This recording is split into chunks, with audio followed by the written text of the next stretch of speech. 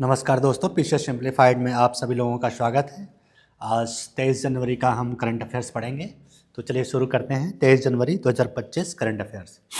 Arctic boreal क्षेत्र एबीजेड। Actually हाल ही के अध्ययनों से ये पता चला है कि एबीजेड में जो पहले एक कार्बन सिंक के रूप में काम करता था और अब कार्बन उत्सर्जन के रूप में बदलता जा रहा है। कार्बन सिंक का मतलब होता है वायुमंडलीय कार्बन डाइऑक्साइड को अवशोषित करने वाला क्षेत्र। जैसे महासागर भी कार्बन सिंक का काम करता है, पेड़ करते हैं कार्बन सिंक का काम, है ना। और यह जो बदलाव है बेसिकली पर्यावरणीय संकट और जलवायु परिवर्तन के प्रति बढ़ती चिंताओं को व्यक्त कर रहा है। जो आर्कटिक बेरियल जो क्षेत्र है बड़े हिस्से को कवर करता है, जिसमें मुख्यतः बेरियल टैगा वन है, आर्कटिक टुंड्रा क्षेत्र आते हैं इसमें, ठीक है। टैगा और टुंड्रा क्षेत्र आते हैं। बेरियल वन या टैगा आर्कटिक बेरियल सबसे बड़ा स्थलीय बायोम है जो शंकुधारी और सदाबहार वनों से भरा रहता है। ये आप देख रहे हैं पूरा ये आर्कटिक क्षेत्र है। और ये एक बार यूपीएससी के क्वेश्चन में आर्कटिक सर्किल के बारे में पूछा था, कौन कौन सा देश इसको करता है। जैसे रशिया है, फिनलैंड, स्वीडन, नॉर्वे, आइलैंड, है ना, कनाडा, यूएस, डेनमार्क, ये सभी देश इस को घेरते हुए आर्कटिक सर्किल जाता है, ठीक है। नेक्स्ट चलते हैं। Electric vertical take off and landing air taxi. एक एयर टैक्सी शुरू की गई, उसका नाम रखा गया है शून्य। यह भारत की पहली इलेक्ट्रिक वर्टिकल टेक ऑफ और लैंडिंग एयर टैक्सी है। इसका विकास जो है सरला एविएशन ने किया है। यह टैक्सी जो है 20 से 30 किलोमीटर की छोटी यात्रा के लिए डिज़ाइन किया गया है, ठीक है। यह जो है 680 किलोग्राम भार लेके जा सकता है, 6 यात्रियों को समायोजित कर सकता है। गति और क्षमता, इसकी गति 250 किलोमीटर प्रति घंटा है, ठीक है। सरला एविएशन ने एक योजना बनाई है कि 2028 तक बेंगलुरु में शून्य की शुरुआत करेगा। यह निःशुल्क एयर एम्बुलेंस सेवा शुरू करने की भी योजना बना रहा है, जिससे तत्काल चिकित्सीय सहायता प्रदान किया जा सके। नेक्स्ट चलते हैं। पंगसौ दर्रा अंतर्राष्ट्रीय महोत्सव 2025। एक्चुअली पंगसौ दर्रा अंतर्राष्ट्रीय महोत्सव है द्वितीय विश्व युद्ध के दौरान इस क्षेत्र में सांस्कृतिक विरासत और ऐतिहासिक महत्व का जश्न मनाने के लिए एक मंच है। पंगसौ दर्रा जो है भारत म्यांमार सीमा पर स्थित है और यह लगभग 1130 मीटर की ऊंचाई पर है। यह पटकाई पहाड़ियों की चोटी पर स्थित है और लेडो रोड का एक महत्वपूर्ण हिस्सा है, ठीक है। जिसका नाम जो है म्यांमार के एक गांव है म्यांमार में, उसका नाम है पंगसौ के नाम पर इसका नाम रखा गया। यह दर्रा जो है बेसिकली म्यांमार जो गांव है सीमा से 2 किलोमीटर पूर्व स्थित है। अच्छा, भारत का सबसे जो पूर्वी बिंदु है चौकन दर्रा के पास स्थित है, जो अरुणाचल प्रदेश के चांगलांग जिले के पंगसौ दर्रे से उत्तर पूर्व में स्थित है। पंगसौ दर्रा इसको नरक दर्रा भी बोला जाता है। चलिए देखिए, यहाँ पर भारत और म्यांमार के बीच कुछ दर्रे हैं। ये म्यांमार है और ये भारत, ठीक है, ये भारत के बीच कुछ दर्रे हैं। उसके जैसे नाथुला दर्रा है, बोमडीला है, जलेपला है। इधर नॉर्थ ईस्ट के दर्रे हैं, यांगयाप दर्रा है, दीफू है ना, कुमजांग दर्रा है। ये बहुत सारे दर्रे हैं। तो नाथुला यहाँ पर है, सिक्किम, ठीक है। नाथुला क्या है, सिक्किम और हिमालय पर्वत के बीच में है। नाथुला से होकर गुजरने वाली जो सड़क है प्राचीन रेशम मार्ग में सहायता करती थी। यांगयाप पास है। यांगयाप दर्रा जो है भारत और चीन के मध्य है, यांगयाप। और यह जो है अरुणाचल प्रदेश को तिब्बत से जोड़ता है, ठीक है। दिहांग पास है, दीफर पास, कुमजुंग पास, ये सब दर्रे हैं। इनको थोड़ा सा बस याद करने की ज़रूरत है। बाकी जैसे बोमडीला है, अरुणाचल प्रदेश में दर्रा है बोमडीला। प्रोजेक्ट स्टारगेट, यह एक महत्वाकांक्षी पहल है ना, जिसका उद्देश्य संयुक्त राज्य अमेरिका में AI यानी कृत्रिम बुद्धिमत्ता के बुनियादी ढांचे का निर्माण करना है। यह परियोजना वैश्विक प्रतिस्पर्धियों, विशेष रूप से चीन के खिलाफ अमेरिका की रणनीतिक स्थिति को मजबूत करने के लिए बनाई जा रही है। इसके माध्यम से 1 लाख से अधिक नौकरियों का सृजन होगा। AI प्रौद्योगिकी का वैश्विक निवेश में वृद्धि होगी, ठीक है। इसमें लगभग 100 बिलियन डॉलर का निवेश किया जाएगा और परियोजना पूरे होने तक लगभग 500 बिलियन डॉलर पहुंच सकता है, यानी 100 से 500 बिलियन डॉलर इसकी लागत हो सकती है। इस परियोजना के जो प्रमुख उद्देश्य है डेटा केंद्र और परिसरों का निर्माण करना है। इसमें जो सहयोगी कंपनियां हैं इस परियोजना में ओपन आई है, ओरेकल है, सॉफ्ट बैंक जैसी कंपनियां इसमें शामिल हैं। नेक्स्ट चलते हैं। तमीरा भरणी करुमेनियार नंबियार नदी जोड़ो योजना। इस योजना को मुख्यमंत्री स्टालिन के द्वारा 7 फरवरी को उद्घाटन किया जाएगा। ठीक है, यह एक महत्वाकांक्षी परियोजना है जो तमिलनाडु के वृष्टि छाया प्रदेश, जो छाया प्रदेश का मतलब होता है जहाँ पर बारिश कम हो रही हो, वहाँ पानी की कमी को दूर करने के लिए और कृषि उत्पादकता में सुधार करने के लिए यह योजना शुरू किया जा रहा है ना। देखिए ये कारूमेरियार रिवर है ना, कारूमेरियार रिवर और तमीरा भरणी नदी को जोड़ा जाएगा। ठीक है, और इस एरिया में पानी ले आया जाएगा। ठीक है, इसमें विशेष रूप से नांगुनेरी, थेयास, विलाई और सत्तनकुलम जैसे जो सूखे क्षेत्र हैं लगभग 15,000 एकड़ को पानी पहुंचाया जाएगा। और इसके लिए क्या किया जाएगा, इसके लिए 73 किलोमीटर की एक बाढ़ वाहक चैनल बनाया जाएगा। ठीक है, ये जो नदी है तमीरा भरणी नदी का जो अधिशेष जल है उसको तिरुनवेली और थुट्टुकुडी जिलों में शिफ्ट किया जाएगा एक कैनाल के माध्यम से। इस परियोजना की शुरुआत जो है 2011 में शुरू किया गया था। यह परियोजना 2011 में शुरू की गई थी, लेकिन इसमें देरी होती रही। 2009 से 11 के बीच में लगभग 50% काम पूरा हुआ था। राष्ट्रीय स्वास्थ्य मिशन, आप लोग इस मिशन को जानते होंगे है ना। लगभग इसको 5 सालों के लिए बढ़ा दिया गया है। ठीक है, 22 जनवरी 2025 को राष्ट्रीय स्वास्थ्य मिशन को 5 सालों के लिए जारी रखने की मंजूरी दी गई। यह मिशन भारत सरकार द्वारा कुपोषण और स्वास्थ्य संकट को दूर करने के लिए बनाया गया था। राष्ट्रीय स्वास्थ्य मिशन में कुछ महत्वपूर्ण घटक हैं जिसपे जैसे नेशनल रूरल हेल्थ मिशन, इसकी शुरुआत 2005 में की गई थी ग्रामीण क्षेत्रों की स्वास्थ्य सुविधाओं को ठीक करने के लिए या पहुंच बढ़ाने के लिए। दूसरा इसमें था नेशनल अर्बन हेल्थ मिशन, इसकी शुरुआत 2013 में की गई थी ताकि शहरी क्षेत्रों में जो गरीब और कमज़ोर आबादी के लोग हैं उन तक स्वास्थ्य सेवाओं की पहुंच बनी रहे। तीसरा था वो टर्सरी केयर प्रोग्राम TCR था। इसमें जो उच्च स्तर की चिकित्सा सेवाएं सुनिश्चित करने की पहल की गई थी। नेक्स्ट था human resources for health and medicine education, इन मानव संसाधन का विकास करना। ठीक है, इसके तहत कुछ प्राथमिक लक्ष्य निर्धारित किए गए थे, जैसे मातृ मृत्यु दर को कम करना, यानी 1,000 जीवित जन्मों पर 1 करना, यानी 1,000 जो बच्चे जन्म ले रहे हैं उस पर मातृ मृत्यु दर 1 करना था। शिशु मृत्यु दर 1,000 जीवित जन्म बच्चों पर 25 करना था। ठीक है, कुल प्रजनन दर को 2.1 पर ले आना था। महिलाओं में एनीमिया को कम करना और रोकना था। संचारी और गैर संचारी रोगों पर नियंत्रण स्थापित करना। ठीक है, कुष्ठ रोग में 10,000 जनसंख्या पर 1 पर ले आना, 10,000 जनसंख्या में 1 को कुष्ठ रोग हो या। ठीक है, मलेरिया के लिए वार्षिक घटना दर को कम करना, माइक्रोफाइलेरिया को 1% से कम सुनिश्चित करना, है ना, ये सब था। नेक्स्ट चलते हैं टाटा ग्रुप। टाटा का तो आप नाम सुने होंगे। टाटा ग्रुप जो है ब्रांड फाइनेंस की 2025 की ग्लोबल 500 रिपोर्ट के अनुसार टाटा ग्रुप लगातार 16वीं बार भारत का सबसे मूल्यवान ब्रांड घोषित किया गया है या है। ठीक है, टाटा ग्रुप की इस रैंक पर पहुँचने के लिए उसको AAA की रैंकिंग प्रदान की गई थी, है ना, और वह टॉप 100 में 60वें स्थान पर है विश्व में। इसी तरह टाटा ग्रुप की एक और कंपनी TCS जो है दुनिया की दूसरी सबसे बड़ी IT सर्विस प्रोवाइड करने वाली कंपनी है। ठीक है, टाटा ग्रुप के बारे में जान लेते हैं थोड़ा सा। टाटा ग्रुप की जो स्थापना हुई थी 1868 में जमशेद जी टाटा ने किया था, 1868 68 में जमशेदजी टाटा ने, और इसका मुख्यालय भारत में ही है।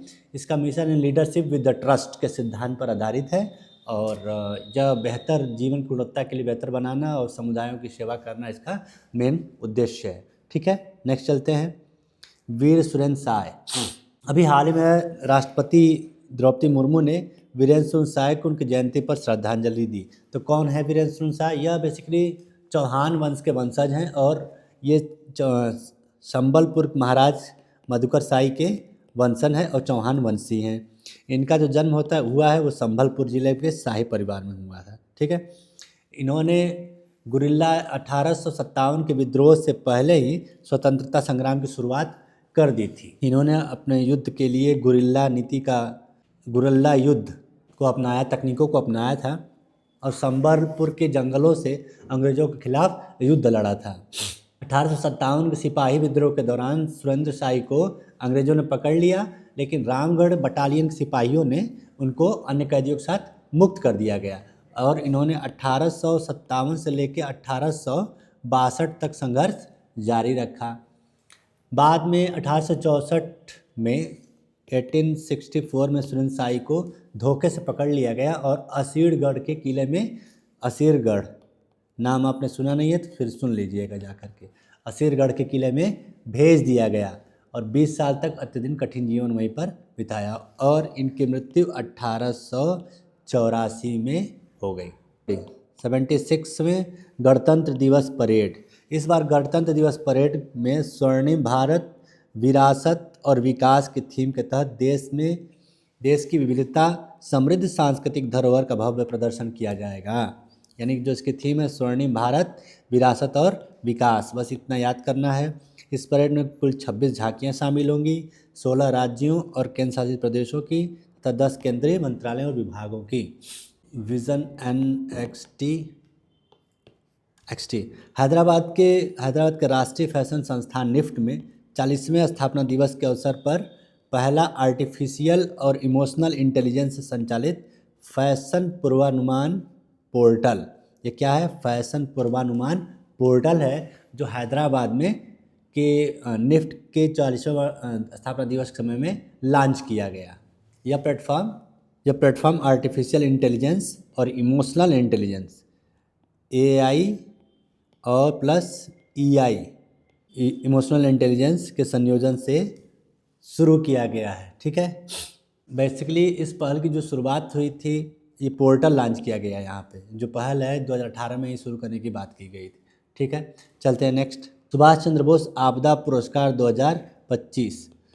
भारतीय राष्ट्रीय महासागर सूचना सेवा केंद्र को संयुक्त श्रेणी में संस्थागत श्रेणी के में सुभाष चंद्र बोस आपदा प्रबंधन पुरस्कार से सम्मानित किया गया। यह पुरस्कार आपदा प्रबंधन के क्षेत्र में उत्कृष्ट कार्य करने वाले व्यक्तियों और संस्थाओं को दिया जाता है और यह पुरस्कार हर साल दिया जाता है। कब दिया जाता है? 23 जनवरी को।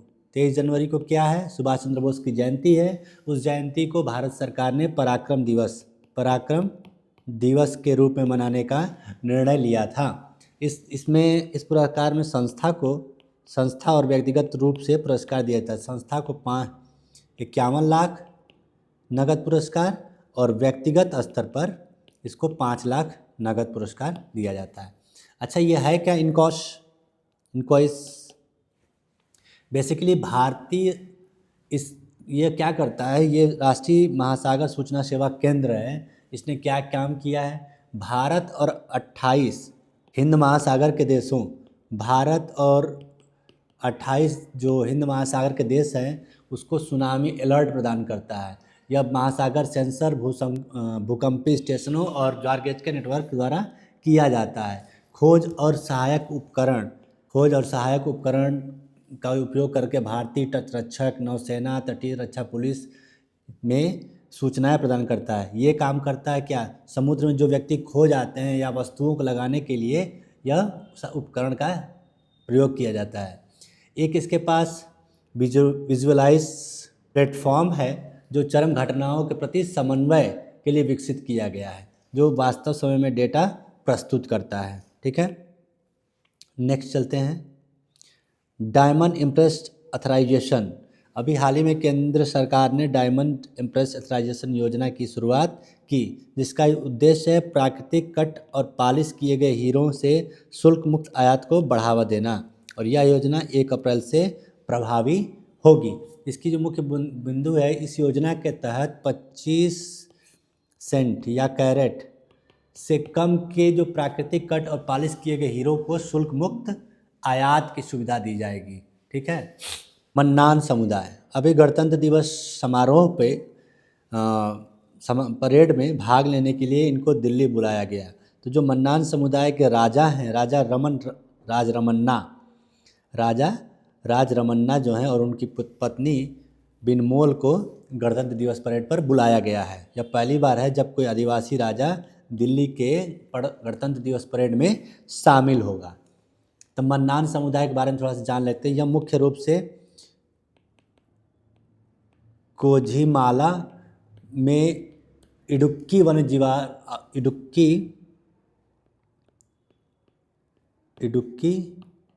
वन्य जीव अभ्यारण्य के बफर जोन में यह निवास करता है मन्नान समुदाय। लगभग यहाँ पर 48 बस्तियाँ हैं। ठीक है। और बस्तियों में इन बस्तियों का जो संचालन है एक राजा के माध्यम से होता है। यह दक्षिण भारत का एकमात्र ऐसा आदिवासी समुदाय है ना। मन्नान समुदाय के जो कुल देवता हैं उनका नाम है मधुरा मीनाक्षी इनके कुल देवता है, इनको पूजा जाता है, और वह तमिलनाडु के प्रसिद्ध मधुरा मंदिर में स्थित देवी हैं, है ना, जो इन समुदायों को मार्गदर्शन प्रदान करती हैं। नेक्स्ट चलते हैं। धनौरी वेटलैंड, बहुत ही महत्वपूर्ण वेटलैंड है। यह उत्तर प्रदेश के गौतम बुद्ध जिले में स्थित धनौरी गांव में स्थित है। धनौरी गांव कहाँ है? दनकौर के पास है, और यह यमुना नदी बेसिन पारिस्थितिकी तंत्र का हिस्सा है। अभी एनजीटी ने घोषणा किया, मतलब आदेश दिया कि उत्तर प्रदेश सरकार को निर्देश दिया कि वह धनौरी वेटलैंड को अधिसूचित करने के संबंध में 4 सप्ताह के भीतर विस्तृत रिपोर्ट प्रस्तुत करे। धनौरी वेटलैंड की कुछ विशेषताएं हैं। यह वेटलैंड में लगभग 217 पक्षी प्रजातियां निवास करती हैं। सारस, यहाँ पर राजकीय पक्षी जो है उत्तर प्रदेश का सारस या क्रेन भी यहाँ पर निवास करते हैं। इसे बर्ड लाइफ इंटरनेशनल द्वारा मान्यता प्राप्त है, और यहाँ पर लगभग 50,000 जलीय प्रवासी पक्षियाँ आते रहते हैं। Bombay natural history of society, इसके बारे में आप नेट पे सर्च करिएगा। Bombay natural history of society द्वारा दस्तावेजीकरण किया गया है। यह एक रामसर साइट है। वेटलैंड रामसर साइट क्या है?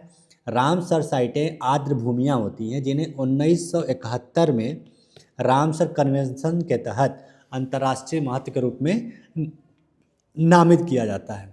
यह एक वैश्विक संधि है ना। आर्द्र भूमि संरक्षण और सतत उपयोग के लिए यह एक वैश्विक संधि है। इन रामसर साइटों का जो चयन है पारिस्थितिकी, जैव विविधता या सांस्कृतिक महत्व के आधार पर किया जाता है। नेक्स्ट चलते हैं। पराक्रम दिवस, जो अभी हम लोग बात कर रहे थे। नेताजी सुभाष चंद्र बोस की जयंती के रूप में पराक्रम दिवस हर साल 23 जनवरी को मनाया जाता है, और इस बार 128वीं 128वीं जयंती है। ठीक है। सुभाष चंद्र बोस जी का जो जन्म हुआ था, 2021 में प्रधानमंत्री नरेंद्र मोदी ने 23 जनवरी को पराक्रम दिवस मनाने की घोषणा की, और पहला पराक्रम दिवस 2021 में कोलकाता के विक्टोरिया मेमोरियल में मनाया गया। ठीक है। कोलकाता के विक्टोरिया मेमोरियल में मनाया गया। सुभाष चंद्र बोस का जो जन्म हुआ था 23 जनवरी 1897 को हुआ था। कहाँ हुआ था? कटक में। कटक कहाँ है? उड़ीसा में। इन्होंने 1920 में आईसीएस की परीक्षा पास की। जवाहरलाल नेहरू के साथ जुड़ करके इंडिपेंडेंस लीग की स्थापना की। 1938 में सुभाष चंद्र बोस ने हरिपुरा में कांग्रेस की अध्यक्षता की, लेकिन 1939 में एक विवाद के कारण जो त्रिपुरी संकट उत्पन्न हुई, उसके बाद उन्होंने देश छोड़ करके चले गए बाहर। ठीक है। देश की आज़ादी के लिए 1943 में सिंगापुर में आज़ाद हिंद फौज सरकार की स्थापना की, ठीक है, और इस सरकार को लगभग 11 देशों ने मान्यता भी प्रदान की थी। धन्यवाद। आप लोग पीछे सिंप्लीफाइड चैनल की यूट्यूब चैनल से आप जुड़ सकते हैं।